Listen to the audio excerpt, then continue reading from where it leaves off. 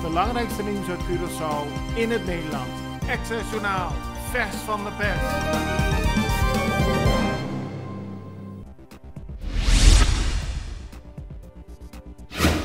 Gisteren zijn op Curaçao opnieuw 4 coronapatiënten overleden. 2 daarvan lagen in het CMC-ziekenhuis. In totaal zijn er nu 94 mensen overleden aan de gevolgen van corona. Op dit moment liggen er 89 patiënten in het ziekenhuis, waarvan 31 op de intensive care. Ook liggen er nog steeds 9 Curaçaose patiënten op de intensive care in Aruba. Er zijn 34 nieuwe gevallen bijgekomen en 115 mensen zijn hersteld. Het totaal aantal actieve registraties op Curaçao was gisteren 2268. De Extra plaatst vandaag foto's van verschillende verkeerscontroles. Onder meer vond er gisteren een grote controle plaats bij de kerk van Santa Rosa. Het is nu eenmaal gebruikelijk geworden sinds de ingang van de lockdown, zo schrijft de krant, dat mensen die in hun auto de straat op gaan worden gecontroleerd. Ofwel of ze zich houden aan hun plaatje di dia, ofwel aan de andere coronaregels. De politie en de Curaçaose militie zijn er druk mee bezig, maar voorlopig zullen de controles ook nog wel even doorgaan, zo schrijft de krant.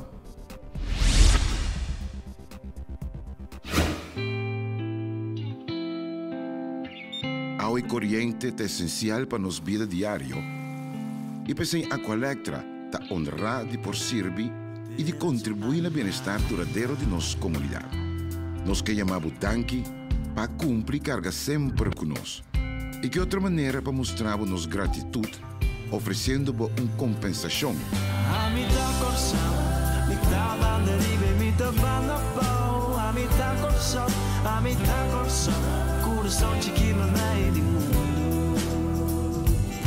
Se a botar corção, nota importância, botar ela blow. A botar corção, botar em um lugar especial. Vou conseguir registrar e aplicar tranquilo via aqualectra.com/dankinabo ou chama 0800 0135.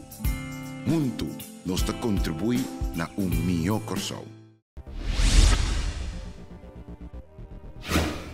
Curaçao heeft gisteren enkele versoepelingen doorgevoerd van de coronaregelingen, maar dat betekent niet dat we er nu losjes mee om moeten gaan. We moeten ons strikt aan de regels blijven houden. We moeten alert en voorzichtig blijven om onszelf en anderen om ons heen te beschermen en we moeten ons laten vaccineren. Dat benadrukte minister-president Eugène Ruggenaat gisteren tijdens de persconferentie.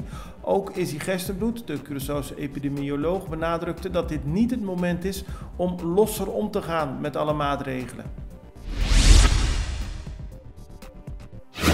Vanaf vandaag kunnen ook ongedocumenteerden naar de walk-ins bij de WTC en de SDK.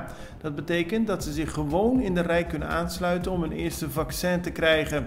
Er is geen enkel gevaar van deportatie of arrestatie. Dat benadrukte Dr. Semper gisteren tijdens de persconferentie.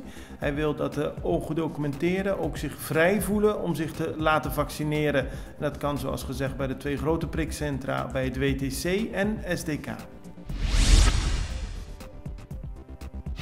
Good morning. Start your day the right way. The Greenhouse Restaurant is now serving breakfast. Come and enjoy the refreshing and relaxing morning from our famous terrace. Serving the best omelet, fresh juice, hot coffee, and more. Try our new breakfast menu at the Greenhouse every morning from 7 to 11. Visit the Greenhouse Restaurant to give you the best service you deserve.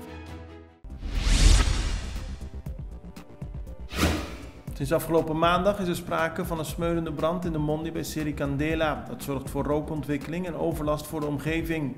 Vandaag zal er werk van worden gemaakt, zo schrijft de Extra, en zullen loders aarde storten op het smeulende afval. En daarmee moet het afgelopen zijn met de brand. De Extra schrijft vandaag over het aantal verkeersongelukken dat in 2020 op Curaçao heeft plaatsgevonden. Het gaat daarbij om bijna 10.000 meldingen die binnen zijn gekomen bij de verzekeringsmaatschappijen. De meeste ongelukken vinden plaats tussen 2 auto's en ook is er in veel gevallen sprake van het niet verlenen van voorrang. De mensen die de meeste ongelukken veroorzaken zijn onder de 30 jaar, zo melden de cijfers.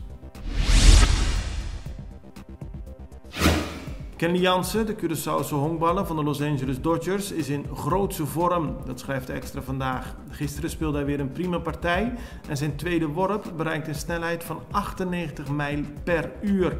Daarmee verbrak hij zijn eigen snelheidsrecord dat hij had neergezet op 8 juni 2018 tegen de Braves. Het belangrijkste nieuws uit Curaçao in het Nederland. Extra Journaal, vers van de pers.